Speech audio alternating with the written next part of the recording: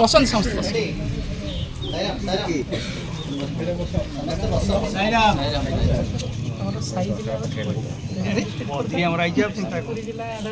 से सकाशे आमर जो भाई मैंने आप देखुं भाई बुणी मैं आसर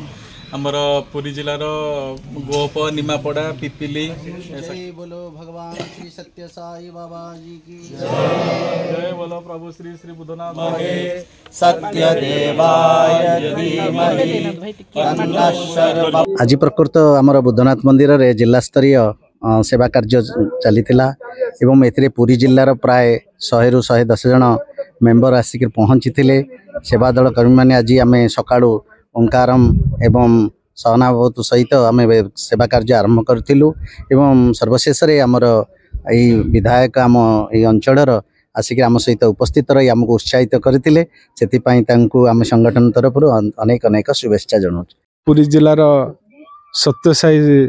सेवा संगठन तरफ जो आयोजन करा गारडी पांचण प्रभु बुद्धनाथ प्रांगण रे एठारे सकाळु आसी सबु सत्य साई भाई माने भौणी माने शह शह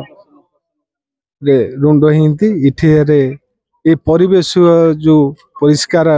परिवेश परिष्कार पाई जो व्यवस्था करछंती एवं इठे जो वृक्षारोपण कार्य रखी मते से आमंत्रित करथिले मु इठे सहयोग दे तांका पाखरे मो निजुक मु धन्य मन करूची जाहौ सत्य साईंकर जो सेवा संसद रखी जो तांकर दिग्दर्शक भाई माने अंचल पई जो कार्य करूंती बिना शुल्क रे मु छोट बेलू जानी ए सेवा संसद तरफ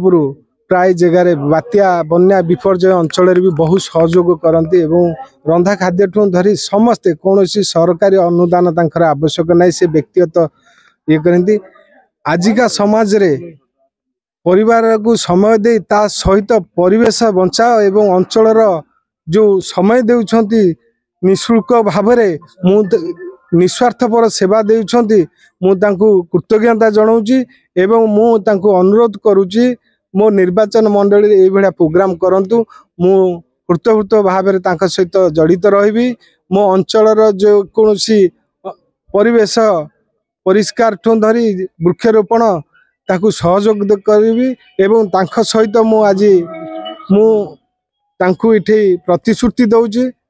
मते जोठी आमंत्रित करिवे मु निश्चित भावे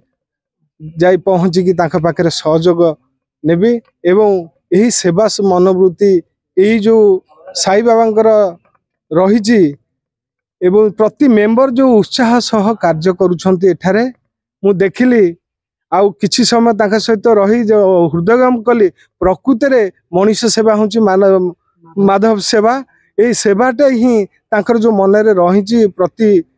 लोकों पाखरे पहुँचवा सुख दुख रे सामिल हवा एवं भल मंद रे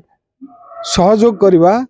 एटा हूँ निहाती प्रति मनुष्यर आवश्यक रहा दरकार जेहेतु ईश्वर आमको पठे आमे अंचलर लोक सुख दुख रे जदि सामिल हवा निजुको आमे धन्य बोली मन करवा।